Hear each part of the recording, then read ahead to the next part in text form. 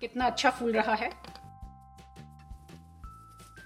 ये देखिए, इसकी फिलिंग देखिए आप, कितने अच्छे से भरी हुई है, बहुत अच्छे से स्टफ्ड है ये फिलिंग से। इसकी एजेस तक पर फिलिंग आई हुई है और इवनली डिस्ट्रीब्यूटेड है। ऐसा नहीं है कि कहीं पर ज्यादा हो कहीं पर कम हो। बहुत भर भर के मैंने इसके अंदर फिलिंग डाली है, तो ये बहुत ही अच्छा बना है। खाने में भी ये बहुत टेस्टी है। मैंने अभी खा के देखा तो इसके जो फिलिंग है उसमें बहुत अच्छा टेस्ट है।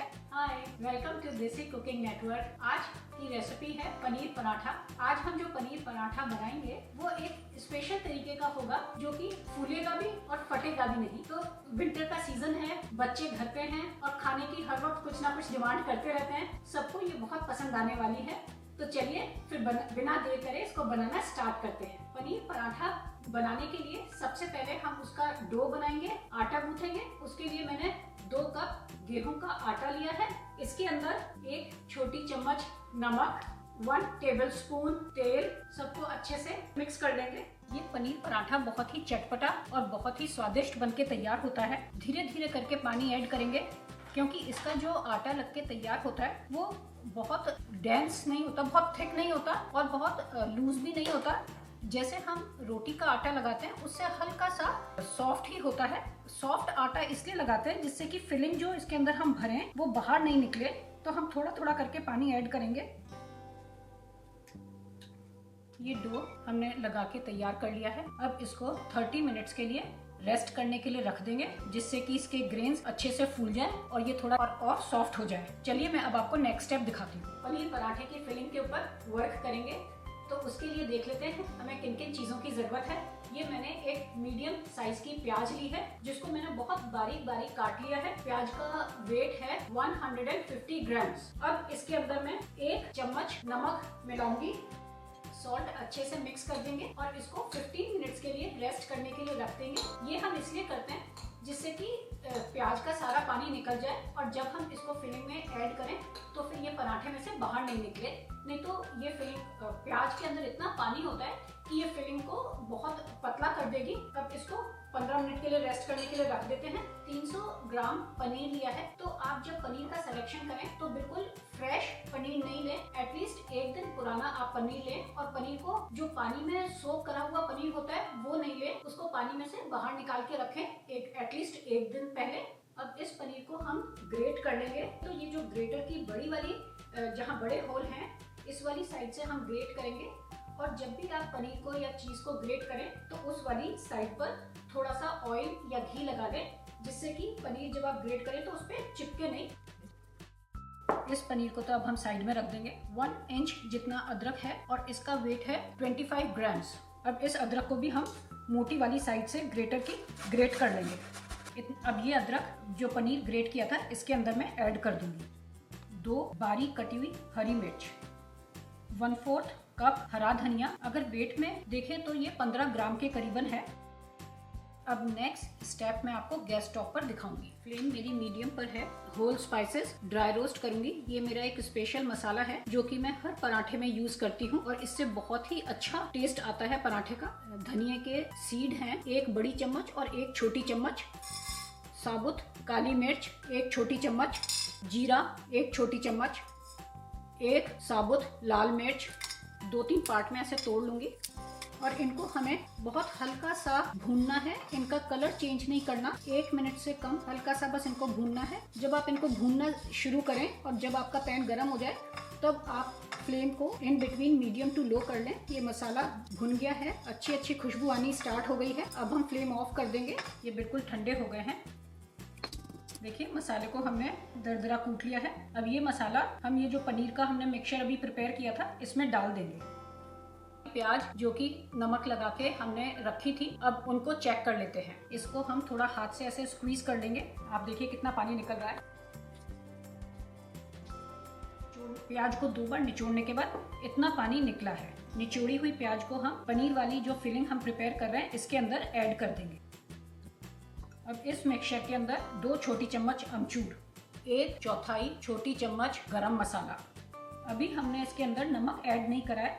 नमक जैसे ही हम ऐड करेंगे जो भी इसके अंदर चीजें हैं उनमें से पानी बाहर निकलने लग जाएगा। तो नमक हम सबसे एंड में, जब हम फिलिंग भरनी स्टार्ट करेंगे, हम तब नमक ऐड करेंगे। चलिए अब इस फिलिंग को तो साइड में रख देते हैं और हमारे आटे को रेस्ट करते हुए पूरे 30 मिनट हो गए हैं। अब उस पर वर्क करेंगे। चलिए आटा चेक कर लेते हैं। देखिए आटा कितना सॉफ्ट है और पूरा पहले से थोड़ा ढलक भी गया है। देखिए बहुत ही मुलायम हो गया। आप देखिए कितना मुलायम है, इतना इजीली खिंच रहा है ये। तो इसको एक दो बार और इस तरीके से नीड कर लेते हैं। थोड़ा सा तेल का हाथ लगा देते हैं इसके ऊपर, जिससे कि इसकी सरफेस और भी अच्छी लगे। रोल करके थोड़ा स्प्रेड करेंगे। आटे का इस तरीके से एक रोल बना लिया है। अब इसको छोटे छोटे पोर्शंस में डिवाइड कर देंगे। क्योंकि हम मोटा पराठा बनाएंगे पंजाबी स्टाइल, तो हम ज़्यादा लोई के लिए ज़्यादा आटा लेंगे। मैं 6 लोई बना के तैयार करूँगी। इनको इस तरीके से ऐसे करके और हाथ से ऐसे फ्लैट कर लेंगे। अब हमारी जो फिलिंग है इसके अंदर हम अपना लास्ट इंग्रेडिएंट सॉल्ट ऐड करेंगे। तो मैं 1 टीस्पून सॉल्ट इसमें ऐड कर रही हूँ, क्योंकि सॉल्ट हमने नमक प्याज जब रेस्ट करने के लिए रखी थी उसमें भी ऐड किया था। काफी निकल गया होगा जब हमने प्याज को निचोड़ा था और डो बनाया था उसमें भी था, तो इसलिए आप सॉल्ट संभल के ही ऐड करें। इस वक्त आप अपने फिलिंग को टेस्ट कर लें और जो भी चीज़ आपके टेस्ट के अकॉर्डिंगली कम है उसको आप एडजस्ट कर लें। मैं टेस्ट कर लेती हूँ। सॉल्ट और सारे मसाले इसमें बिल्कुल सही हैं, तो आप एग्जैक्टली यही प्रोपोर्शन फॉलो करें, कुछ भी ऐड करने की जरूरत नहीं है। अब आप एक ऐसे लोई लें, बीच में इस तरीके से उसमें डिप्रेशन बनाएं, ऐसे उठा दें उसको, एजेस को हाथ से ऐसे दबाते जाएं, जिससे कि इजीली एक कटोरी की शेप बन जाए। ये देखिए कितनी अच्छी शेप बन गई कटोरी की। अब इसके अंदर हम कम से कम 3 आप स्पून फिलिंग भरिए। तो फिलिंग को भरते वक्त आप हाथ से ऐसे दबा दें, जिससे आपकी ज़्यादा से ज़्यादा फिलिंग इसमें आ जाए। अभी मैंने 2 बड़ी स्पून इसमें भर दी है और 1 स्पून और मैं इसमें भर रही हूँ।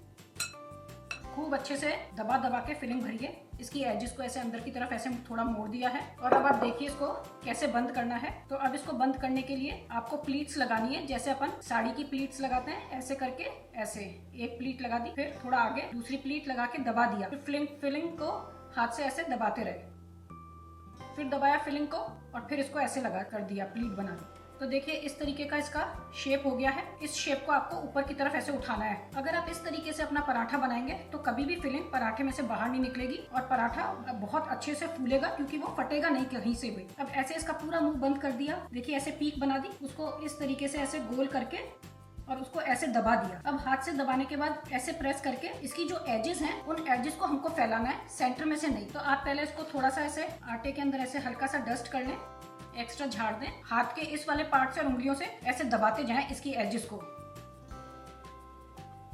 फैलाते जाएं। उससे क्या होगा कि जो फिलिंग सेंटर में है, जब आप उसको रोल करेंगे रोलिंग पिन से, तो उसको जगह मिलेगी यहाँ पर फैलने के लिए।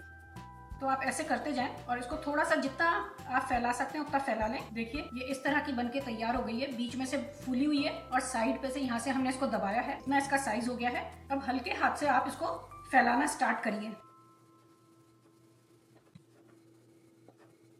अनकुक्ड पराठा बनके तैयार हो गया है। इसी तरीके से मैं सारे पराठे बना के आपको दिखाती हूँ। हमने सारे फिलिंग फिल करके इन पराठों को रोल करके तैयार कर लिया है।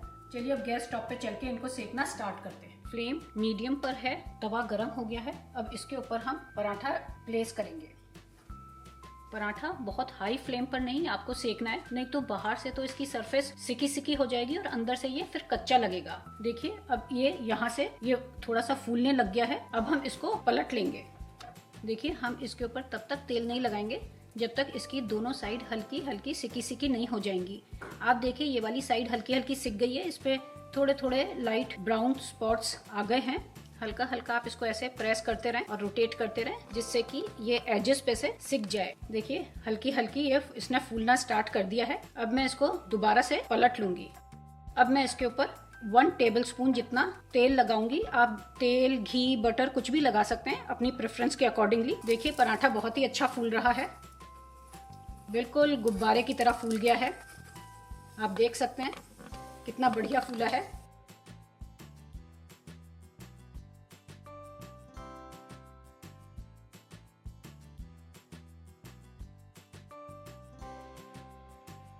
मैं आपको एक और पराठा सेक कर बताती हूँ, बहुत ही अच्छा तैयार हुआ है।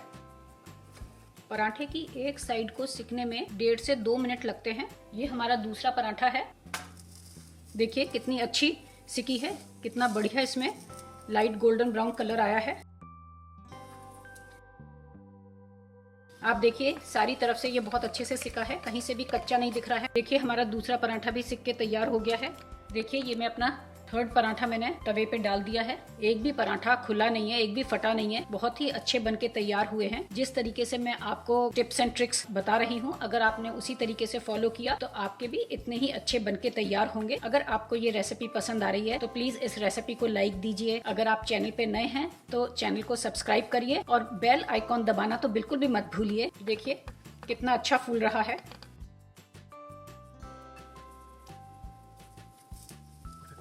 देखिए बहुत ही अच्छा फूला है। ये मेरा थर्ड पराठा है जो कि बहुत अच्छा फूला है। अब मैं इसको भी गैस पे से हटा लूंगी। अब इस तरीके से मैं सारे पराठे सेक के आपको दिखाती हूँ। देखिए बहुत ही अच्छे पनीर के पराठे बनके तैयार हुए हैं। पूरा इक्वली सब तरफ से सिका है ये। अब अंदर से इसको चेक कर लेते हैं।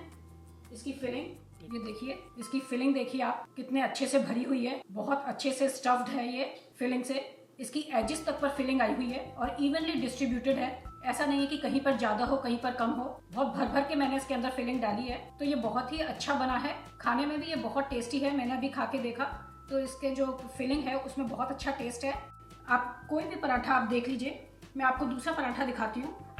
ये देखिए आप, देखिए कितनी अच्छी, हर पराठे की बहुत ही अच्छी स्टफिंग है। तो आप बनाइए और आपकी कैसी बनती है मेरे साथ कमेंट में शेयर करिए। तो देखा आपने कितने अच्छे पनीर पराठे बनके तैयार हुए हैं। एक एक पराठा फूला है और बहुत अच्छे सिके हैं। इनका कलर भी बहुत अच्छा आया है और टेस्ट में तो ये बहुत ही टेस्टी हैं, बहुत ही डिलीशियस हैं।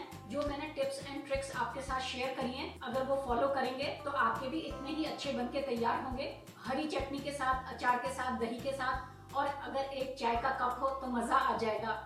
तो आप इसको मॉर्निंग ब्रेकफास्ट में या किसी भी मील में ले सकते हैं। अगर आपको ये रेसिपी पसंद आए तो आप इस रेसिपी को लाइक करिए, सब्सक्राइब करिए और बेल आइकॉन दबाना तो बिल्कुल भी मत भूलिए। मैं एक दूसरी ऑसम डिलीशियस रेसिपी के साथ आपके सामने फिर आऊंगी। Thank you so much.